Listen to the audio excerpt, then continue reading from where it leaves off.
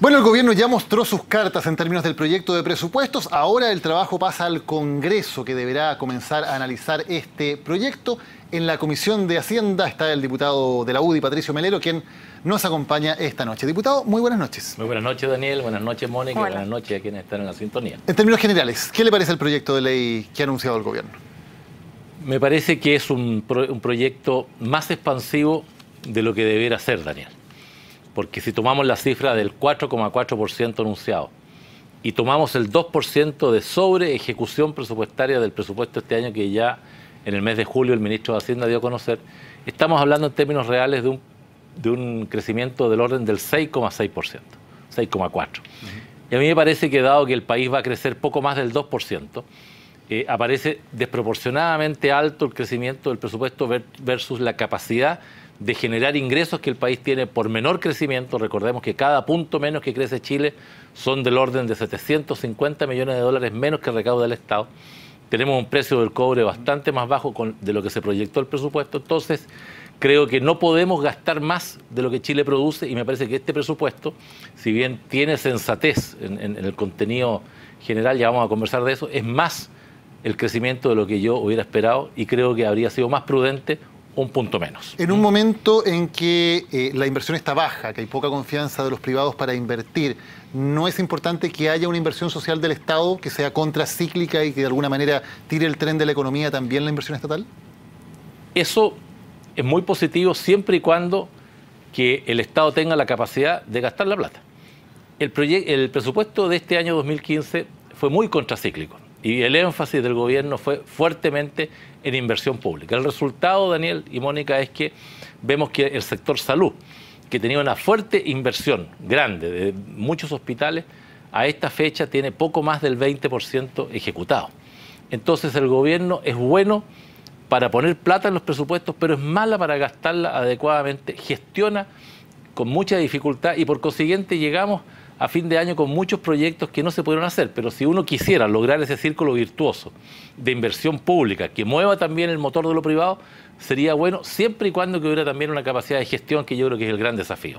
Diputado, entonces si debiera ser menos expansivo este presupuesto, ¿qué área hubiera recortado usted o qué área hubiera hecho crecer menos? Yo creo que hay mucho que se podría ahorrar por parejo. Uno puede aplicar una política en general en todos los ministerios, aplicar una reducción, pero básicamente yo creo que hay, por ejemplo, se pueden hacer énfasis, Mónica, en honorarios.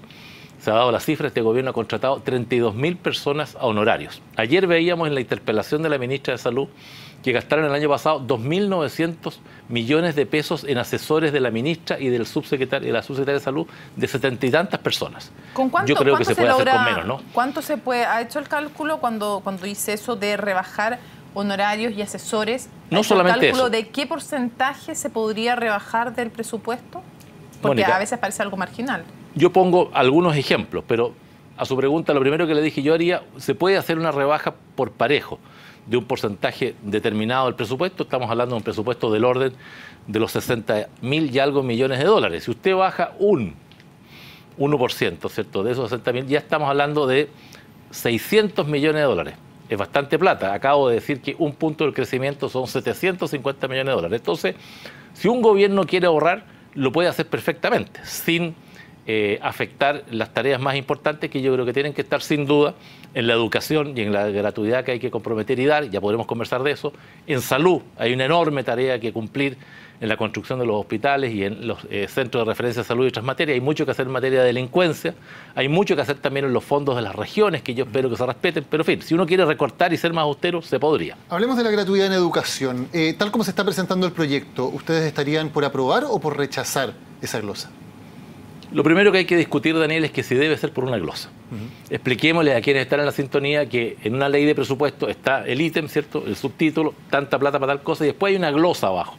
La glosa no es otra cosa más que una directriz que le dice a ese ministerio cómo tiene que gastar la plata. Si estamos hablando, en el ejemplo suyo, Daniel, del financiamiento de la educación de los estudiantes, bueno, tendrá que decir, mire, tendrán que tener tal porcentaje de PSU, tendrán que tener tal nivel de pobreza o de necesidad para que aplique. Eso es la glosa. Si bien las glosas se han utilizado en los presupuestos, tanto del gobierno anterior como en otro, yo creo que una ley tan importante que tiene que ver con el financiamiento de la educación superior y de los estudiantes debiera de ir más por la vía de una ley especial dentro del presupuesto que determine con claridad su uso, más que por la vía de la glosa. Y por lo tanto, presentado como está el proyecto, ¿qué van a hacer ustedes? Bueno, yo creo que aún falta un poco, Daniel, para conocer el detalle. Recién recordemos que el lunes el ministro de Hacienda en la mañana va a dar a conocer más el detalle, y veremos más específicamente ese contenido. Pero vamos a procurar que quede lo más posible sujeto dentro de la ley y lo menos posible dentro de una glosa. ¿Hay alguna otra glosa específica que ustedes estén dispuestos a rechazar que les parece que no es aceptable? Yo creo que vamos a revisar con atención, Mónica, todo lo que tiene que ver en un año electoral. Este es un año de elecciones de alcaldes. Siempre está la tentación de los gobiernos de gastar más en difusión, de gastar más en publicidad, de meter más honorarios. Vamos a mirar con mucho ojo eso. Vamos a ver que no se postergue las regiones en virtud de determinado centralismo con la región metropolitana.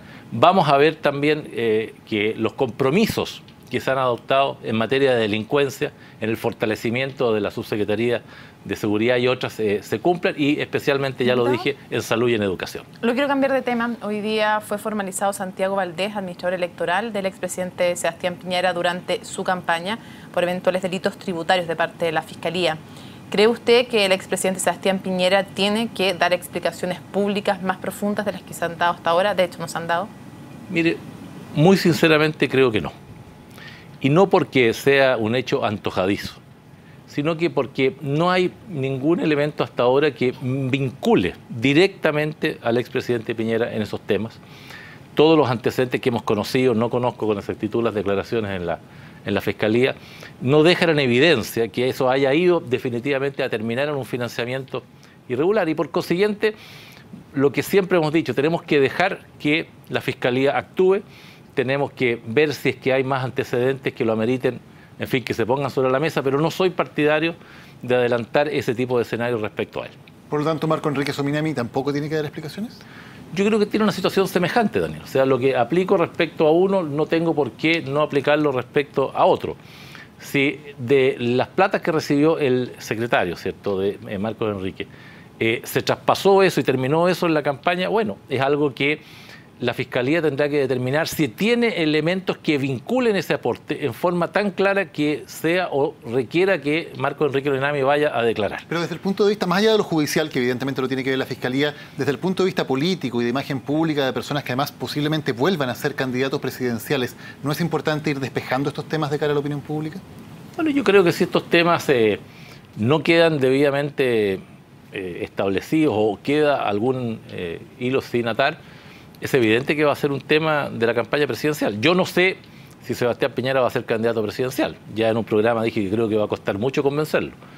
A Marco Enrique Sominami lo veo más animado, pero en fin, no lo sé con las cosas que están viviendo. Creo que todavía falta un poco de tiempo, pero creo que si no queda debidamente resuelto el tema en esta instancia, va a seguir siendo un tema de campaña presidencial. Diputado Patricio Melero, gracias por habernos acompañado. Bien, gracias a ustedes por convidarme.